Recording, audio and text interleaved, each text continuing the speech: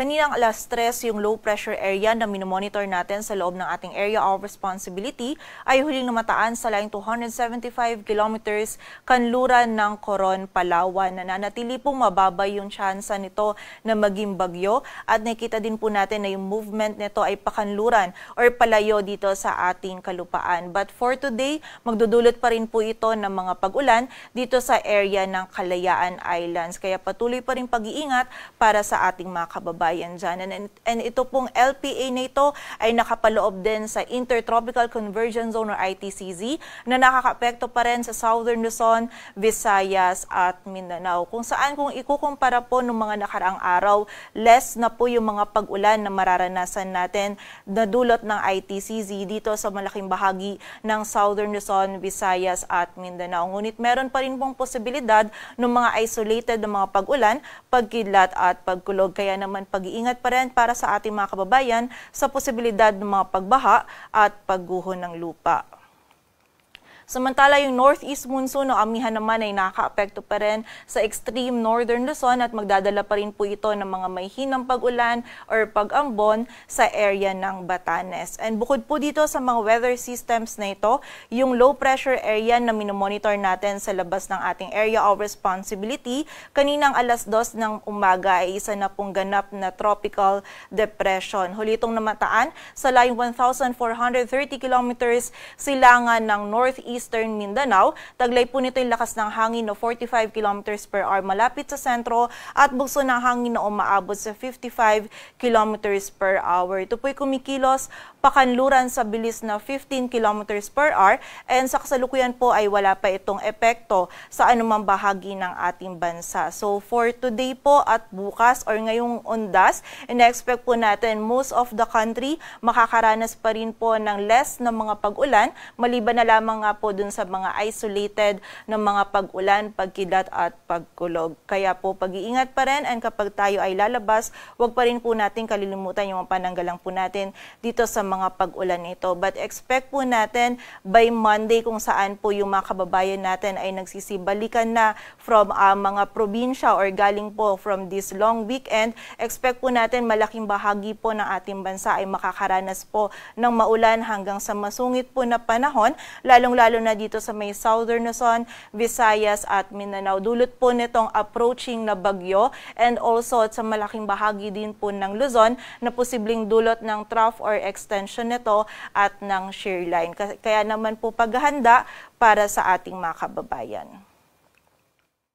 At para nga po dito sa latest forecast track analysis ng minomonitor natin na bagyo sa labas ng ating area of responsibility, generally, ngayon po ay kumikilos ito pa west-northwestward at posible po itong pumasok sa loob ng ating area of responsibility bukas ng umaga or ng hapon. Kapag po ito ay nasa loob ng PAR, ang papangalan po natin dito ay Tino. And nakita po natin generally, pag nasa loob ito ng PAR ay kikilos naman ito pakanluran patungo po dito sa may silangan ng Visayas at Mindanao. Ang possible landfall po natin ay over sa Eastern Visayas or Caraga area by Tuesday morning. Ngunit kapag po nagkaroon ng pagbilis sa pagkilos itong bagyo nito, posible pong by Monday evening ay maglandfall na po ito dito sa mga areas na ito. And between Tuesday and Wednesday naman, nakikita natin na tatawirin nito itong Visayas and Mimaropa area.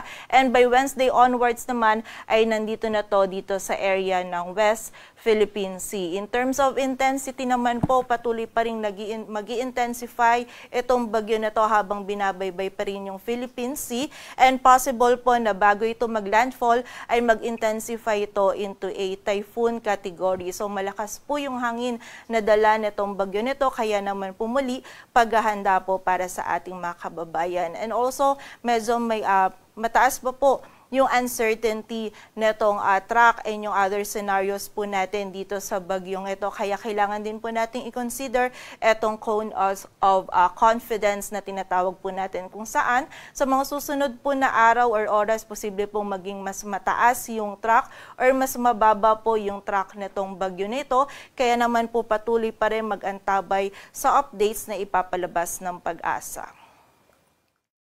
At sa kasalukuyan nga po ay wala pang epekto etong bagyo na ito sa anumang bahagi ng ating bansa. Ngunit bukas po ng umaga or ng hapon, posible po tayong magtaas na ng wind signal number 1 sa area ng Eastern Visayas at Caraga. And nakita po natin na yung highest possible wind signal na maaari po nating itaas ay wind signal number 4. Samantala para naman po sa mga malalakas na pag-ulan, possible po by tomorrow evening or Monday morning, magsimula na pong maramdaman yung mga malalakas na pag-ulan na dala nito. Mostly, magsisimula po yan sa area ng Eastern Visayas and sa silangan din po ng Mindanao. Samantala, ang gale warning naman po natin ay posible din nating erase na by Monday morning sa area ng Eastern Visayas at Caraga. Kaya muli po ngayon pa lamang sa mga areas na nabanggit po natin or sa malaking bahagi ng Southern Luzon, Visayas at Mindanao ay paghahanda po para sa ating mga kababayan.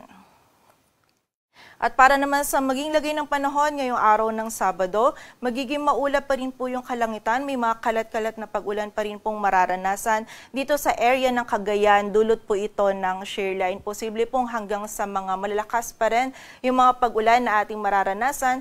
Kaya naman pag-iingat para sa ating mga kababayan dyan. Samantala, for the area naman ng Bicol Region at Mimaropa, may mga isolated pa rin pong mararanasan na pag-ulan dulot ng easterlies. And dito naman sa Metro Manila, dulot ng ITCZ. And dito naman po sa Metro Manila and sa nalalabing bahagi po ng Luzon, magiging bahagyang maulap hanggang sa maulap din po yung ating kalangitan. Posible pa rin yung mga biglaan at mga panandaliang pag-ulan, pagkilat at pagkulog dulot po ng mga localized thunderstorms. Kaya kapag tayo ay lalabas, huwag pa rin natin kalilimutan yung mga pananggalang natin dito sa mga pag-ulan na ito. Agwat ang temperatura dito sa Metro Manila ay mula 25 to 32 degrees Celsius. Samantala, dito naman po sa bahagi ng Palawan, lalong-lalo na dito sa area ng Kalayaan Islands, meron pa rin po tayong mararanasan ng mga pag-ulan na dulot ng LPA. Samantala, sa buong bahagi naman ng Visayas at Mindanao, ngayong araw magiging bahagyang maulap hanggang sa maulap po yung ating kalangitan. Posible pa rin yung mga biglaang pag-ulan, pagkilat at pagkulog na dulot ng ITCZ. And yung mga regional offices po natin, patuloy pa rin nagpapalabas sa mga thunderstorm advisories or mga babala ukol sa mga pag-ulan na ito. Agwat ng temperatura sa Cebu ay mula 25 to 30 degrees Celsius at sa Davao naman ay 26 to 32 degrees Celsius. Sa kasalukuyan po, wala tayong nakataas na gale warning, ngunit iba yung pag-iingat pa rin para sa ating mga kababayan na maglalayag dito sa may northern seaboards ng ating bansa, maging dito din po sa may eastern seaboard ng northern at central Luzon kung saan po magiging katamtaman hanggang sa maalon yung lagay ng ating karagatan. Dito sa Metro Manila, ang araw ay sisikat mamayang 5:52 ng umaga at lulubog mamayang 5:28 ng hapon.